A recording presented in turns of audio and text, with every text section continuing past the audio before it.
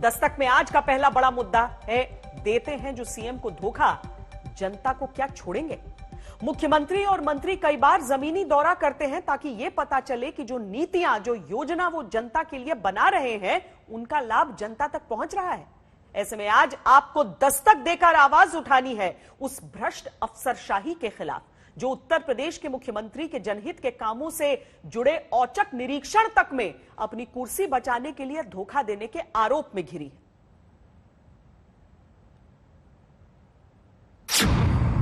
Note कर लीजिए सबसे पहले इस तारीख को। तारीख है 21 मई 2021, दिन था शुक्रवार, जगह थी राजधानी लखनऊ से 20 किलोमीटर दूर प्राथमिक स्वास्थ्य केंद्र कठवारा।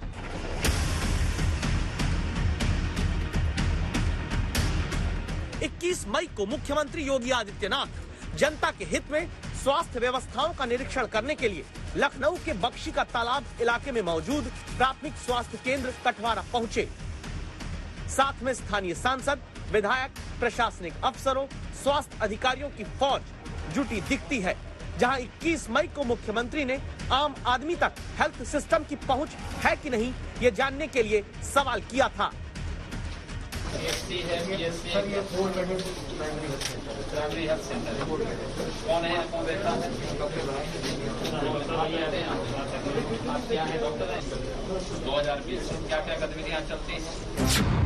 तो क्या कठवारा प्राथमिक स्वास्थ्य केंद्र पर डॉक्टरों और अधिकारियों ने वाकई मुख्यमंत्री से सच बोला?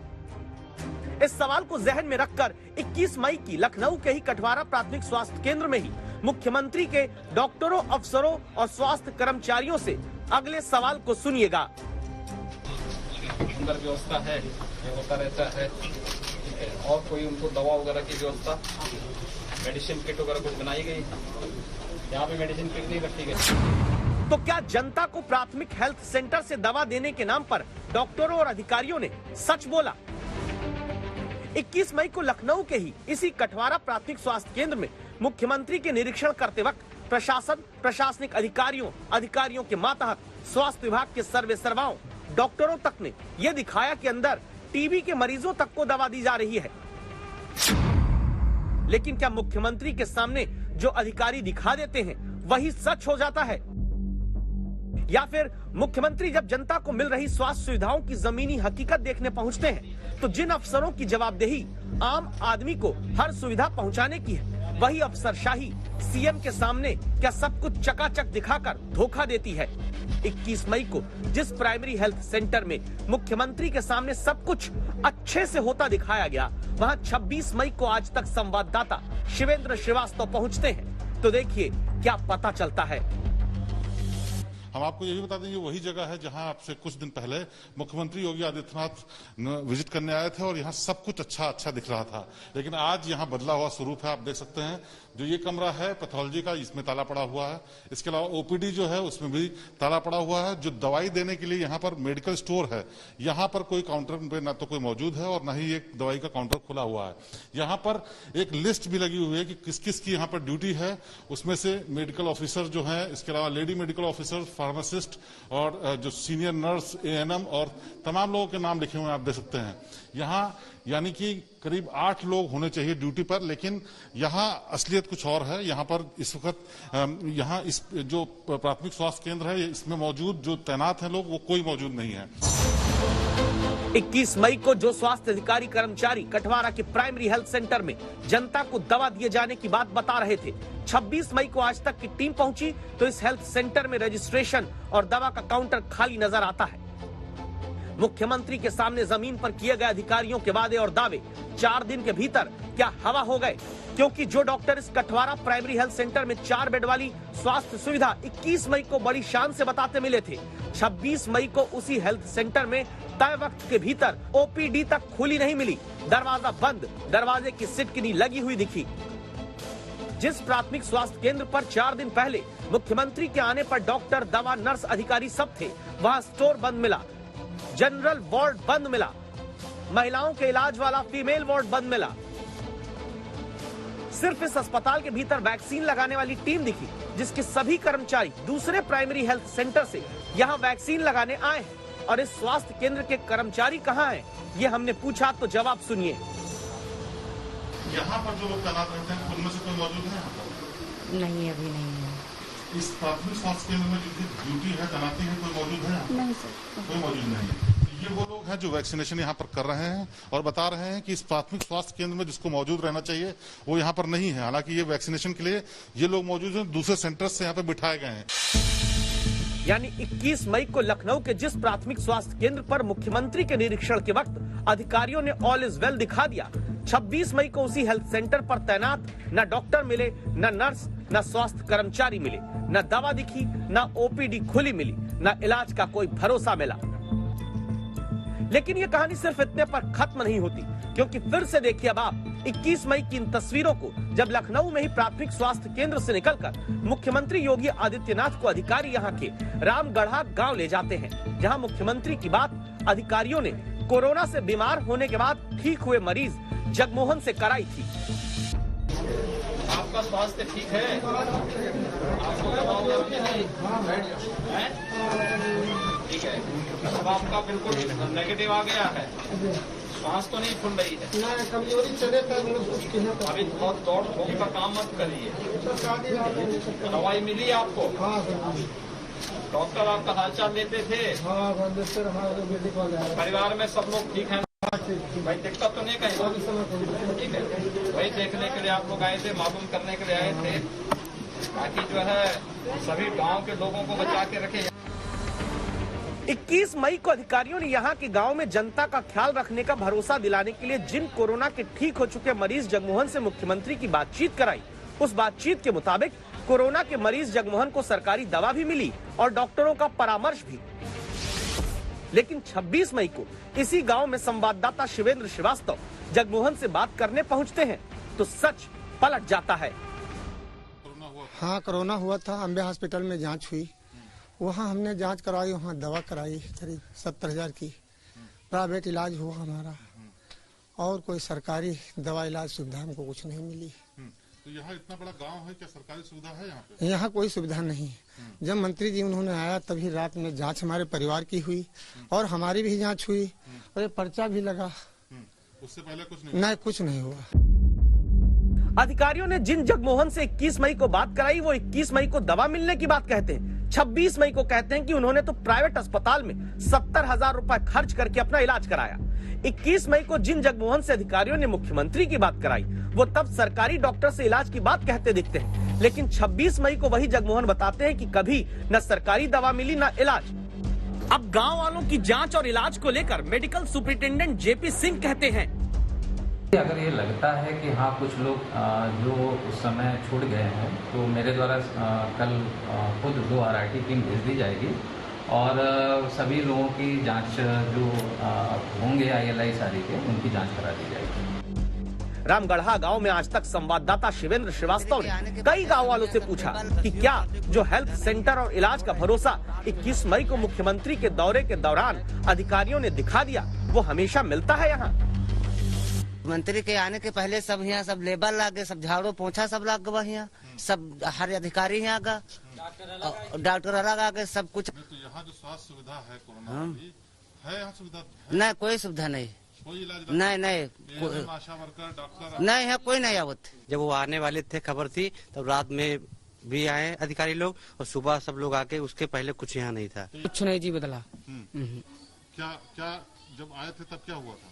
तब यहाँ हुआ कि आए और रात में यहाँ अधिकारी आए और सवेरे फिर आए तो घूर सफा किए नहीं, यहाँ गली वली सफा करवा के यहाँ तब तक कोई यहाँ देखा नहीं। हम लखनऊ से करीब 20 किलोमीटर दूर बख्शी का तालाब इलाके में यहाँ रामगढ़ा गांव में है, जहां पर मुख्यमंत्री योगी आदित्यनाथ ने अब से कुछ दिन पहले ही विजिट किया था और ये देखने की कोशिश की थी कि आखिरकार यहाँ स्वास्थ्य की क्या व्यवस्था है, स्वास्थ्य केंद्र, डॉक्टरों की, और यहाँ कोरोना संक्रमण से दूसरी फेज में निपटने के लिए क्या इंतजाम किए गए हैं।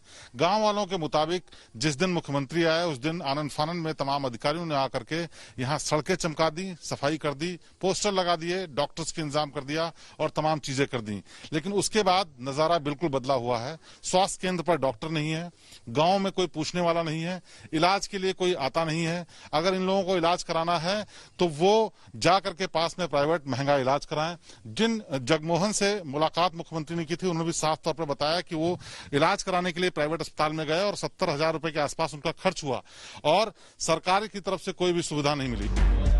अब जरूरत है कि सरकार ऐसे अधिकारियों की पहचान करे जो मुख्यमंत्री तक की कोशिश को नाकाम करने में जुट जाते हैं। ऐसे अधिकारियों पर कार्रवाई हो जो जनता तक हर इलाज और सुविधा पहुंचने की मुख्यमंत्री की कोशिश में अपनी नाकामी का सच सामने आने से बचाने के लिए झूठ का पर्दा डालते हैं। क्योंकि जो अधिकारी और प्रशासन सीएम के सामने सब कुछ अच्छा दिखाने का धोखा रख सकते हैं, वो जनता को कभी न्याय नहीं दे सकते।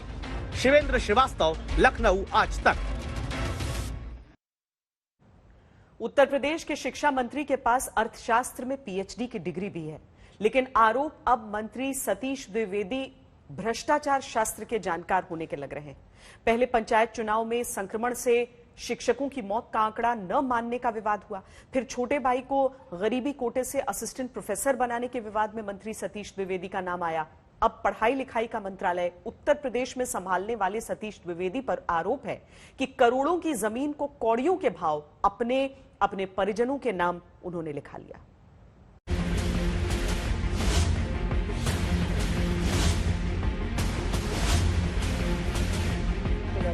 अगर आरोप सच्चे हैं तो फिर मान लीजिए कि उत्तर प्रदेश के शिक्षा मंत्री सतीश कुमार द्विवेदी जादूगर हैं, जिन्हें आरोप है कि करोड़ों की जमीन कौड़ियों में अपने नाम कर लेने का हुनर आता है। आम आदमी को बित्ता भर जमीन अपने जीवन में अपने नाम कराने में 50 बार सोचना पड़ता है। क्या वहीं पढ़ाई वाले विभाग के मंत्री सतीश द्विवेदी करोड़ों की जमीन दाल में नमक भर पैसा देकर लिखा लेने का जादू जानते हैं? आरोप है कि 350 वर्ग मीटर की जमीन जिसकी बाजार कीमत दावा है 65,45,000 रुपए है और मंत्री जी की माता जी के नाम पर यह जमीन 12 लाख रुपए में खरीद ली गई। आरोप है दूसरी रजिस्ट्री भी मंत्री जी की माता जी के नाम पर 8 लाख रुपए में हो गई, जिस जमीन की बाजार कीमत दावा है 23,61,000 रुपए। आरोप है कि तीसरी रजिस्ट्री तो खुद मंत्री सतीश द्विवेदी के नाम पर है, जहां दावा है कि जमीन की कीमत बाजार के मुताबिक 1,26,29,000 रुपए है और आरोप है कि करोड़ पार वाली यह जमीन मंत्री जी के नाम पर सिर्फ 20 लाख रुपए में हुई है। तो भ्रष्टाचार के आरोपों वाली यह जमीन कहां है, कितनी है, कैसी है, किसकी है? इन सारे आरोपों की जमीन देखने आज तक संवाददाता संतोष कुमार लखनऊ से निकलते हैं। मंत्री सतीश द्विवेदी और उनकी मां के नाम पर खरीदी गई करोड़ों की संपत्ति पर बवाल खड़ा हुआ है। सिद्धार्थनगर में खरीदी गई इस संपत्ति की क्या है हकीकत? आइए हम आपको सिद्धार्थनगर ले चलते हैं और वहां देखेंगे कि क्या है उस संपत्ति की स्थिति और क्या है हकीकत। शिक्षा मंत्री सतीश द्विवेदी की विधानसभा इटवा में स्वागतकर्ता भगवा बोर्ड दिखता है। ये स्वागत द्वार मंत्री सतीश द्विवेदी ने अंतिम व्यक्ति तक का उदय चाहने वाले पंडित दीनदयाल उपाध्याय के नाम पर समर्पित कर रखा है, लेकिन उन्हीं सतीश द्विवेदी पर अब आरोप भ्रष्टाचार की जमीन उगाने का लगता है। ये जो जमीन का टुकड़ा देख रहे हैं, ये खेत, ये खलिहान, ये सब मंत्री सतीश द्विवेदी का है। कागजों में मंत्री सतीश द्विवेदी के नाम पर यह दर्ज जमीन की कीमत 1 करोड़ से ऊपर की है, लेकिन इसको खरीदा सिर्फ 20 लाख रुपए में गया है और वो भी इसी साल के शुरुआत के महीने में। यही वो वजह है कि जिसको लेकर मंत्री सतीश द्विवेदी विवादों के घेरे में हैं। अब सोचिए, जिन मंत्री के भाई गरीबी कोटे से असिस्टेंट प्रोफेसर की नियुक्ति वाली चिट्ठी पाकर आज तक की दस्तक के बाद इस्तीफा देने को मजबूर हो गए, वो मंत्री जी न सिर्फ आरोप है कि 1.25 करोड़ की जमीन 20 लाख में अपने नाम कराते हैं, बल्कि अपनी कमाई के लिए यहाँ सड़क भी बिछवा देते हैं। ये जो रोड आ रही है, ये कहा जाता है कि मंत्री जी ने अपनी जो खेत है, जो उसकी कीमत को बढ़ाने के लिए, जमीन की कीमत को बढ़ाने के लिए रोड भी उन्होंने खुद बनवा ली, ताकि उनका खेत, उनकी जो जमीन है वो रोड पर आ जाए और उसकी कीमत बढ़ जाए।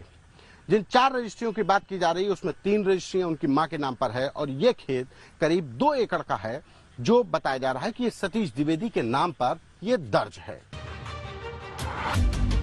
सतीश यानी जिनके नाम का अर्थ होता है भगवान शिव जैसा, वो सतीश द्विवेदी क्या पद, कद और रुतबा दिखाकर जमीन मंथन करके निकाले गए कमाई के अमृत को दबाकर पी रहे हैं? विवाद की एक और जमीन तक आज तक पहुंचा।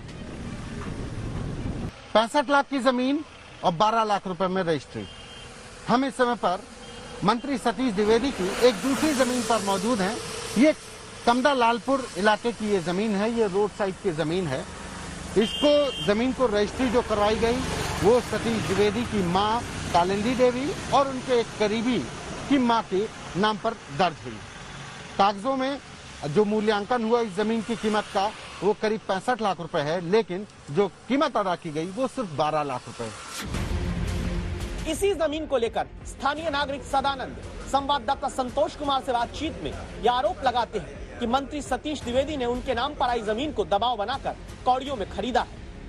रुपया तो वही 1.5 लाख पहला में दिन मिला है, वही मुझको जानकारी है। एक सेकंड हैंड मोटरसाइकिल दिए थे हीरो होंडा। मतलब जो कागज में जो जमीन है कमला लालपुर की जो जमीन की जिसकी बात सदानंद कर रहे हैं, वो जमीन का जो मार्केट वैल्यू है वो करीब 65 लाख रुपए 63 लाख रुपए है। उसको लेकिन उसको कागज में बताया गया कि 12 लाख रुपए दिए गए, लेकिन अब सदानंद कह रहे हैं कि उसमें मौके पर 1.5 लाख रुपए दिए गए और एक मोटरसाइकिल दी गई।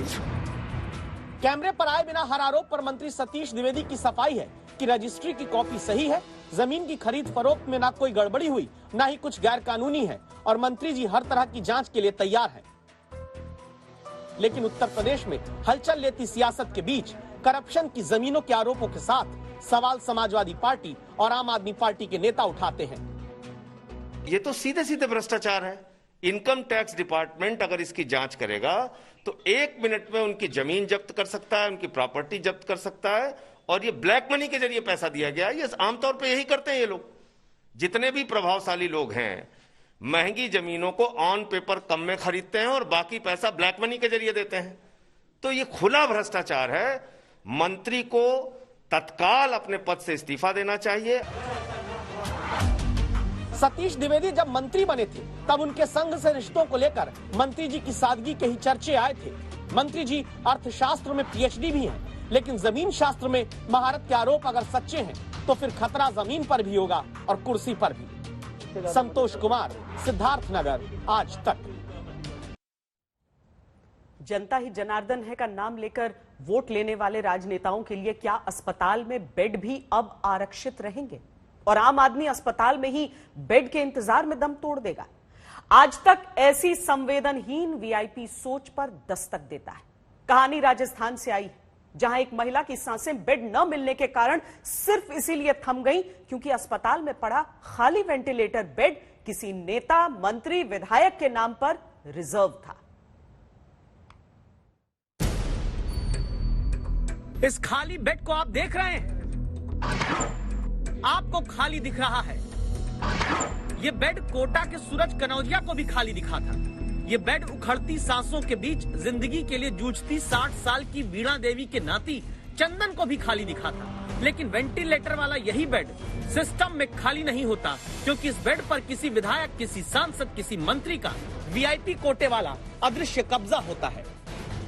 और जो दृश्य होता है, यानी जो आम आदमी इलाज के लिए बेड के इंतजार में दिखता है, उसके मरीज की सांसें उखड़ जाती हैं। जैसे तोड़ दिया दम कोटा की वीणा देवी ने, जो भर्ती थी कोटा के ही एमबीएस अस्पताल में।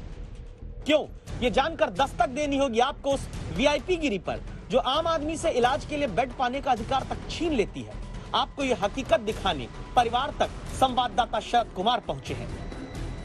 कोरोना के आंकड़े कम हो रहे हैं, ऑक्सीजन बेड भी उपलब्ध है, वेंटिलेटर भी उपलब्ध है, लेकिन अस्पताल में काम करने वाले, प्रशासनिक जिम्मा संभालने वाले जो डॉक्टर हैं वो अभी भी वीआईपी सिंड्रोम से ग्रसित हैं। इसी का शिकार हुई हैं कोटा की वीणा देवी। वीआईपी सिंड्रोम ये कि एमबीएस अस्पताल में खाली बेड वेंटिलेटर वाला होकर भी वीणा देवी को देने की जगह डॉक्टरों ने क्या कहा, ये सुनिए। डॉक्टर ने बोला किसी नेता या किसी विधायक से बात कराओ, जब जाके आपको बेड मिलेगा। और वेंटिलेटर और आईसीयू तो खाली पड़ा था, पर दिया नहीं हम लोगों को। हम लोगों ने बहुत बोला पर हमें नहीं दिया कि विधायक या किसी राजनेता का फोन कराओ, जब जाके आपको मिलेगा। हम दिल पाप कहाँ से फोन बात कराते हैं, हम जानते नहीं किसी को। डरते हैं डॉक्टर की किसी गरीब वीणा देवी जैसी जरूरतमंद को वो बेड दे दिया जो किसी नेता, विधायक, सांसद या मंत्री के लिए आरक्षित रखने का दबाव होता है। तो क्या जवाब देंगे अगर उनका फोन आ गया? जीत गए तो जान लगा देंगे वाली राजनीति जीत जाने पर जनता का बेड तक कब्जा करके बैठती है।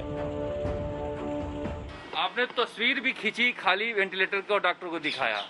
जी बिल्कुल। मैं खुद अंदर आईसीयू में गया, फिर फोटो ली, उसके बाद डॉक्टर को आगे दिखाई, तब भी डॉक्टर नहीं माना। क्या कहा आपने? उसने कहा किसी नेता किसी विधायक का नंबर हो तो उसको फ़ोन करो, आपका काम हो जाएगा। बाकी हमारे किसी का नंबर नहीं था, हम किसी को कॉल नहीं करा पाए। आम आदमी मरे या जिए, बस वीआईपी बेड खाली रहे वाली सोच पर जरूरी है दस्तक दीजिए, लेकिन सत्ता को माथे पर चढ़ा लेने वाले जवाबदेह मंत्री कहते हैं दिक्कत कहाँ है, सब ठीक चल रहा है। पहले बेड नहीं मिला करते थे, अब वो बेड आराम से मिला कर रहे हैं। एमबीएस में भी बेड खाली हैं, मेडिकल कॉलेज में भी काफी बेड खाली हैं, अवेलेबल है, ऑक्सीजन वाले बेड अवेलेबल हैं। सब अस्पताल में ठीक होता तो इसी कोटा में पिछले दिनों अपनी बहन बेटियों का शव कार में रखकर ले जाने के लिए जनता मजबूर नहीं दिखती। अब अस्पताल प्रशासन की नींद जरूर आम आदमी के हक में टूटने लगी है। हमने अब आइंदा ये अनुशंसा भी करी है कि समिति अधीक्षक या प्रिंसिपल साहब ये अनुशंसा वो करें कि भाई ऐसा कोई पेशेंट है तो उसको भर्ती कर लें, उसकी भले इजाजत आप बाद में ले लें। नेता बीमार होते हैं तो न सिर्फ बेड आरक्षित रहता है, बल्कि किसी सरकारी अस्पताल की जगह महंगे 5 स्टार अस्पताल में ही वो इलाज भी कराते हैं। काश ये नियम देश में बन जाता कि स्थानीय प्रधान से लेकर स्थानीय पार्षद, विधायक, सांसद को अपने ही इलाके के सरकारी अस्पताल में इलाज कराना होगा, तब बदलाव की दस्तक शायद आ जाए। शरद कुमार, कोटा, आज तक। देश में वैक्सीन की कमी को लेकर राज्य और केंद्र सरकार आमने सामने है। पक्ष और विपक्ष एक दूसरे पर वैक्सीन पर राजनीति करने का आरोप लगा रहे हैं। निराशा के इस माहौल में नीति आयोग ने वैक्सीन को लेकर जो अपना प्लान बताया, उसे सुनकर आपको अच्छा लगेगा। आज तक से बातचीत में नीति आयोग के सदस्य डॉक्टर वीके पॉल ने दावा किया कि कुछ ही हफ्तों में भारत में वैक्सीन की सप्लाई दुरुस्त होगी। जल्द ही 1 करोड़ लोगों को रोज वैक्सीन लगने लगेगी। लेकिन क्या यह संभव है? क्योंकि पिछले 7 दिनों में औसतन 16.5 लाख वैक्सीन की डोज ही प्रतिदिन लगी है। ऐसे में वैक्सीनेशन जब दिल्ली के सरकारी केंद्रों पर ताला लटकना शुरू हो गया है, तब केंद्र सरकार कुछ ही महीनों में सभी को वैक्सीन देने का ख्वाब दिखा रही है। सवाल है कैसे? हमें पूरी उम्मीद है कि सबको कवर कर पाएंगे, in a matter of a few months. Definitely we can hope date देना का वक्त जब आएगा डेट भी मिल जाएगी, लेकिन हमें पूरी उम्मीद है कि ये हमारी सारी जो पॉपुलेशन है वो कवर हो सकती है। सवाल यह है कि वैक्सीन को लेकर इस आत्मविश्वास की वजह क्या है, जबकि राज्य कुछ अलग ही बात कहते हैं। भारत बायोटेक ने अभी वैक्सीन दी नहीं है। आज हमारे पास वैक्सीन नहीं है तो हमने वैक्सीनेशन रोक दिया है। जब वैक्सीन आएगी ये फिर से वैक्सीनेशन का काम शुरू कर देंगे। उपलब्धता यही है कि हमने 1 करोड़ वैक्सीन का ऑर्डर किया है, लेकिन हमको मात्र जो है 5 लाख के करीब जो है 18 से 44 साल की उम्र के लोगों के लिए मिला है। सवाल यह है कि जब राज्य वैक्सीन की सप्लाई को ऊंट के मुंह में जीरा बता रहे हैं, तब नीति आयोग की तरफ से प्रतिदिन 1 करोड़ वैक्सीन की डोज लगाने का भरोसा दिलाया जा रहा है। आखिर कैसे? जैसे जैसे हमारे वैक्सीन की उपलब्धता बढ़ रही है, बढ़ेगी और बढ़ेगी, तो एक वक्त ऐसा आएगा कि हम इस गति को इतना ले जा पाए कि हम 70-75 लाख पर डे या उससे भी ज्यादा, और कोशिश करेंगे कि 1 करोड़ तक भी पर डे करने की कोशिश करेंगे। हफ्ते भर से देश भर में औसतन प्रतिदिन 16.5 लाख वैक्सीन की डोज लगाई जा रही है। ऐसे में क्या ये कुछ ही हफ्तों में 1 करोड़ तक पहुंच सकती है? क्या वाकई भारत कुछ ही हफ्तों में इस हालत में होगा कि 1 करोड़ लोगों को रोज वैक्सीन लगेगी? हमें पूरी उम्मीद है कि सबको कवर कर पाएंगे, in a matter of a few months. Definitely we can hope date देना का वक्त जब आएगा डेट भी मिल जाएगी, लेकिन हमें पूरी उम्मीद है कि ये हमारी सारी जो पॉपुलेशन है वो कवर हो सकती है।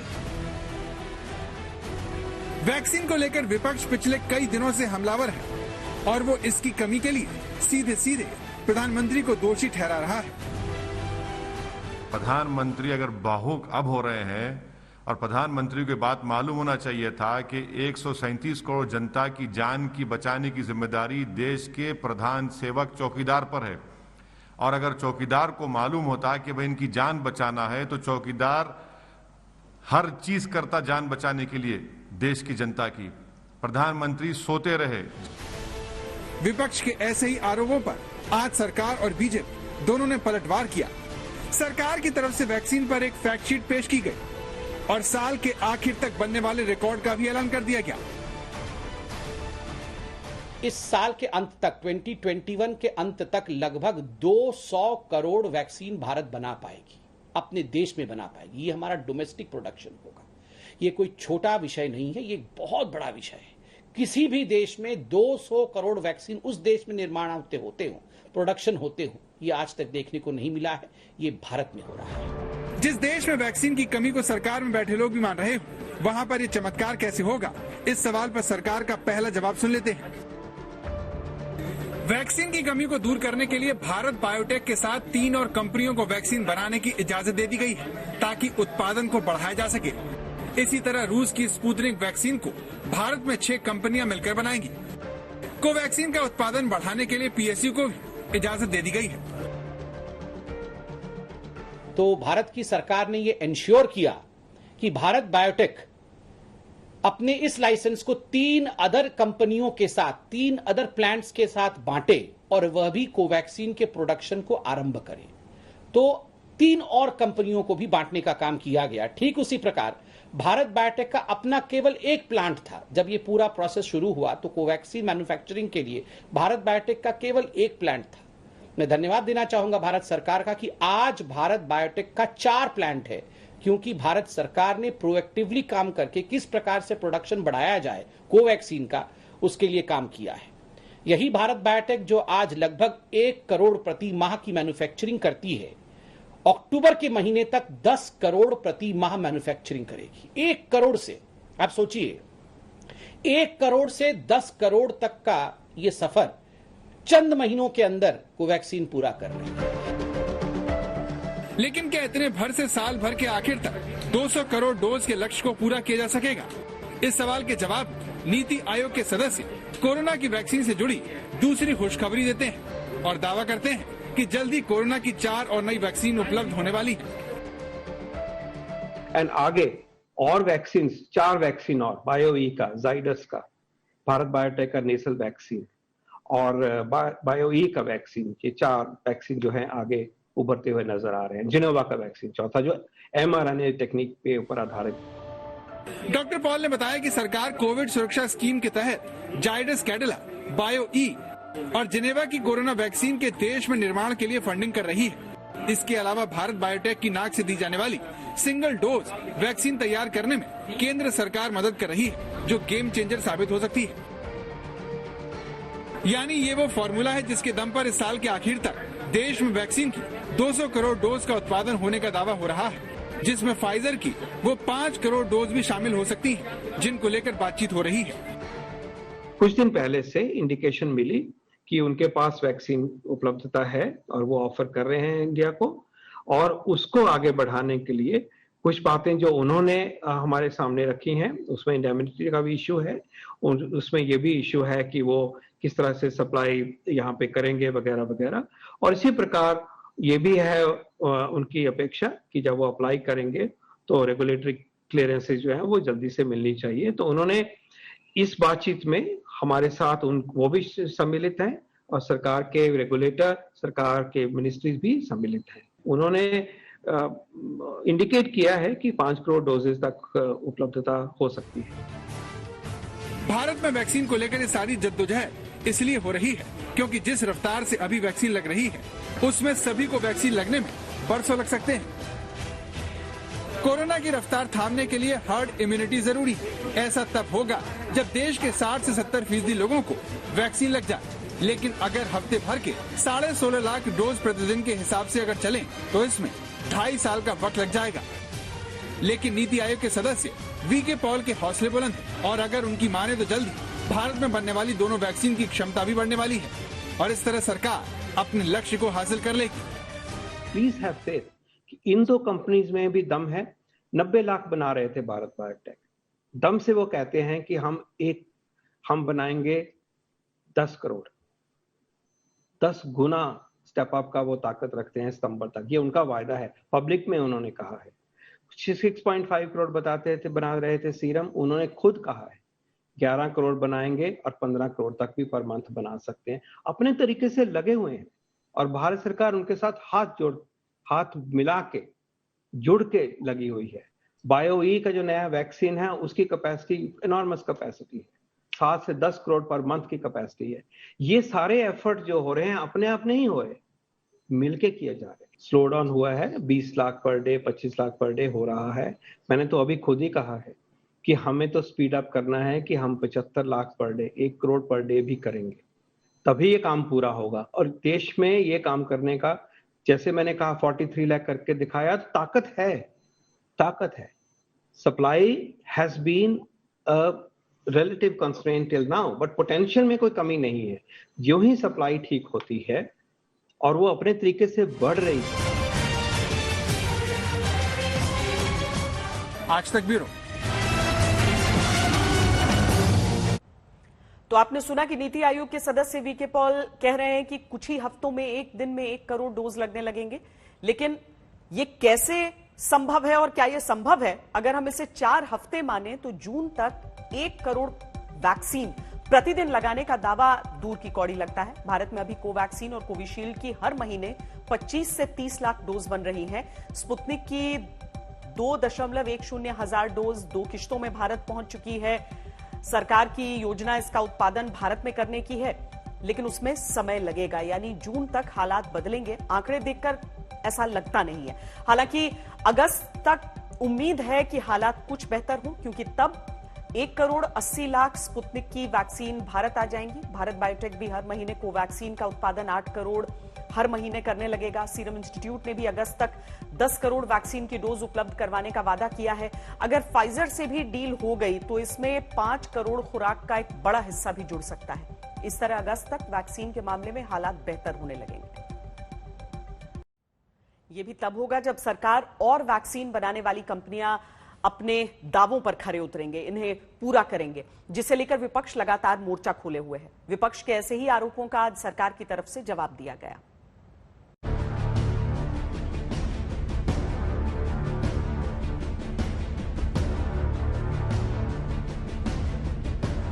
वैक्सीन को लेकर केंद्र और राज्य की जंग रोज तेज होती जा रही है। विपक्ष सरकार से सीधे सवाल पूछ रहा है, अगर वैक्सीन की कमी नहीं है तो राज्यों को पर्याप्त टीका क्यों नहीं मिल रहा? विदेशी कंपनियों की वैक्सीन लाने में देरी क्यों कर रही है सरकार?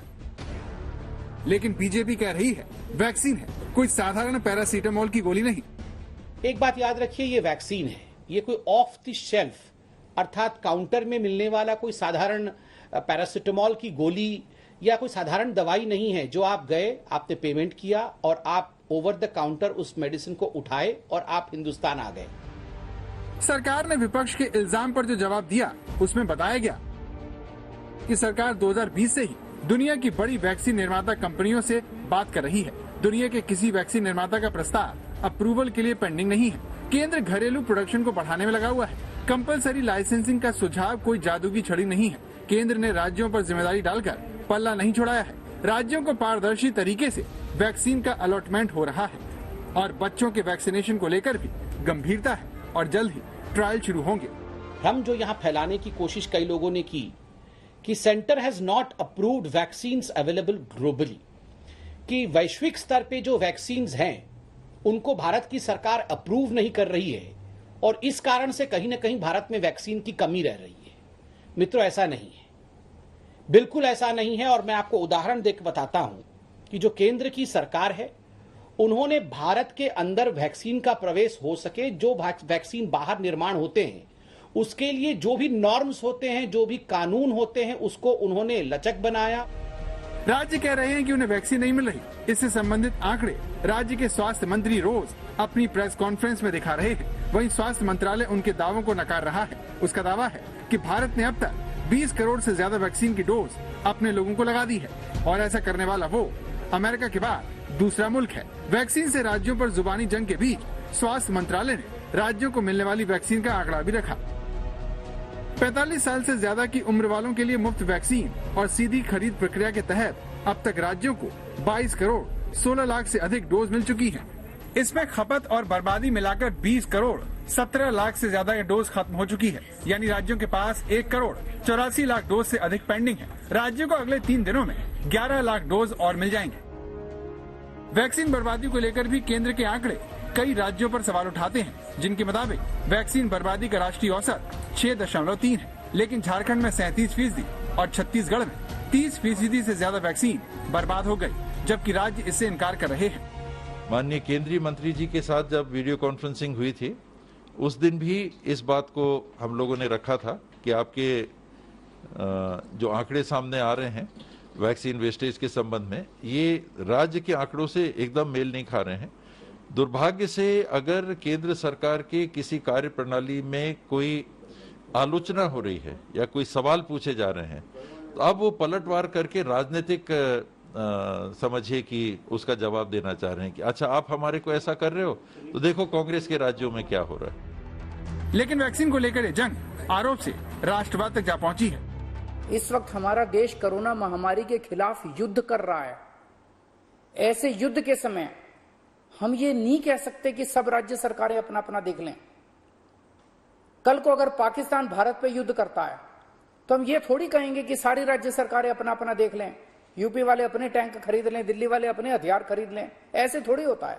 दुख तो इस विषय का है जब पाकिस्तान से युद्ध होता है, जब पाकिस्तान से वास्तविक रूप में लड़ाई होती है, सर्जिकल स्ट्राइक होती है, उस समय भी आप कहां बकसते हैं हमें, उस समय भी आप राजनीति करने से कहां चूकते हैं, उस समय भी आप सबूत मांगते हैं, उस समय भी आप सर्जिकल स्ट्राइक पर, एयर स्ट्राइक पर विश्वास नहीं करते हैं। और आज भी जब देश कोरोना से लड़ रहा है तो आप इस युद्ध में भी राजनीति ढूंढ रहे हैं। आप नहीं चाहते हैं कि इस युद्ध को हम जीतें। कोरोना महामारी के बीच जब केंद्र और राज्य पक्ष और विपक्ष को साथ मिलकर काम करना चाहिए, तब रोज नया विवाद खड़ा हो रहा है, जिससे वैक्सीनेशन ही कोरोना से लड़ने का सबसे असरदार हथियार माना जा रहा है। लेकिन जल्द ही भारत में कोरोना का काम तमाम करने वाला नेजल स्प्रे भी होगा। सेनोटाइज नाम का ये नेजल स्प्रे कनाडा में बनाया गया है। दावा किया जा रहा है कि ये नेजल स्प्रे ब्रिटेन और न्यूजीलैंड में क्लिनिकल ट्रायल की प्रोसेस से गुजर चुका है, जिसमें ये 99% कारगर रहा। ये नेजल स्प्रे नाइट्रिक ऑक्साइड से बना है, जो बैक्टीरिया और वायरस की ग्रोथ को रोकने वाला केमिकल है। ये किसी भी हैंड सैनिटाइजर की तरह काम करता है। जैसे ही हम नेजल स्प्रे लेते हैं, वैसे ही ये सबसे पहले नाक में एक रुकावट बना देता है। एक तरफ बैरियर की वजह से वायरस मरते हैं, दूसरी तरफ ये नाइट्रिक ऑक्साइड नाक में मौजूद वायरस के प्रवेश को ब्लॉक कर देता है। नेजल स्प्रे को बनाने वाली कंपनी अभी भारत में अपना सहयोगी तलाश रही है, जिसके बाद भारत में अप्रूवल लेने की प्रक्रिया शुरू हो जाएगी। दस्तक में आज के लिए इतना ही। देश और दुनिया की बाकी खबरों के लिए आप देखते रहिए आज।